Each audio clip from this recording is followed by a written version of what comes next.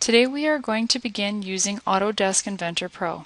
Please double-click on the icon Autodesk Inventor Pro. Wait patiently. When you receive the large gray screen, I would like everyone to go to the top to New. Please double-click on New.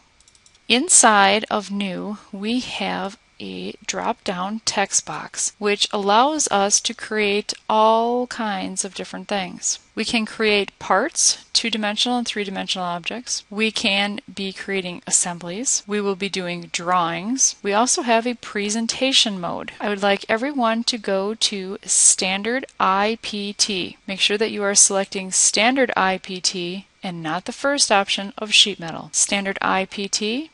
I will select it and go ahead and hit Create. You then have another gray screen. However, this one has gradations to it. At the top of this screen, when you are in sketch mode, it asks you to create a 2D sketch. You will need to select Create a 2D sketch, and as you can see, we have a shape that comes up and it has all different types of planes on it. As I run my cursor across the different planes that I am able to select, you can see that they are shaded in a gray. Over to the right side, you have a large cube. This is actually called your view cube. If you are to rotate this, you're going to see that things really start to change. And if I go home, I go back to my original geometric shape. I would like everyone to go to Front, so please choose Front. You're going to see that this has now changed to basically a flat square. When I bring my cursor back onto this flat square, I have the mouse shape, and I also have a small piece of paper with like a pencil on it. Basically what this is saying is there's a sheet of paper here. Once I select that, I'm ready to start sketching or drawing. The next thing that you should see is you have basically an X and a Y axis. So we have our Y axis and we have our X axis. Directly in the center of your screen you have an origin. The origin is currently a yellow, possibly an orange color. Once we start drawing and we cross that origin, it will glow green. Once it glows green, that means that we're basically ready to start drawing. Let's start with our first part. When I look at the first part, we have different size poles that we're going to be creating. We will need to choose our circle tool.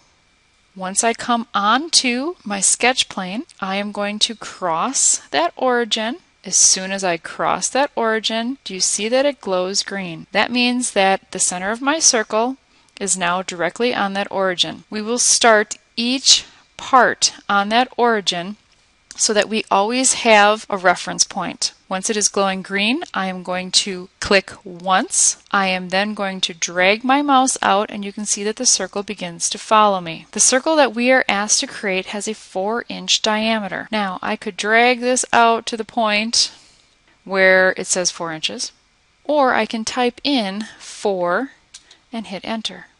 Now that this circle has sprung itself off of the screen, I can do one of two things. I can always go to the Home. Once I click on Home, I am going to get an isometric view, basically a view that is at a 30-degree angle. Or I could double-click the center scroll of my mouse, and that would allow this to come back into view. I can go to Front, and I now have my 4-inch circle back in view. Now that we have the end of our pole, the last thing that we need to do is we need to finish this sketch. We need to make this three-dimensional. Once I go to the large green check, Finish Sketch, I am then able to extrude, revolve. I've got all different types of tools that I can use to create different objects. We are going to be using Extrude. If I go to the Home button, my circle again comes back in an isometric view. I will go to the top of my screen. I'm going to select Extrude. Now, the distance that we will need to extrude this is 96 inches. Once I hit OK, this object has been extruded 96 inches. Again, it is completely off our screen. We can do one of two things. We can click the center scroll on the button very quickly, or we can always go to the Home. I just double clicked on the center of my scroll and now I have the pole come back into view. Once we are done with this, we are then able to go up to the I, which basically is File. When I click on that, I have some different selections. I would like everyone to go to Save As. The first time that you save, you will need to select Save As. Now it is very important that you find Save In. Playground should be listed here. Okay, we set up the profile. If Playground is not listed here, make sure that you raise your hand and we change that. So Save In, Playground should automatically come up for you. File Name. At the bottom of your sheet, under each one of the parts, you will see that each part has a very specific name. We would like this one to save as Monkey Pole.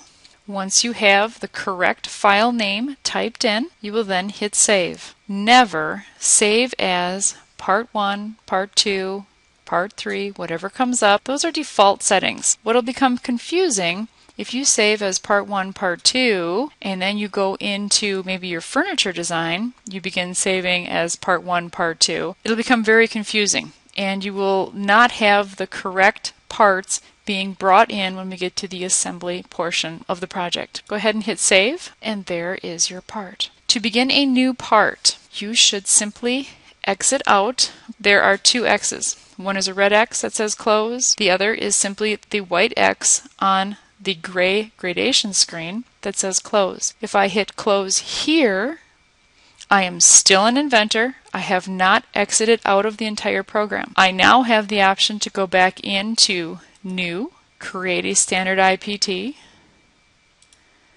and start a new part. If I go all the way up to the top and I click on the red Close, I am completely exiting out of Autodesk Inventor. Before you log off, you must exit out of Autodesk Inventor completely, then go ahead and proceed to log off.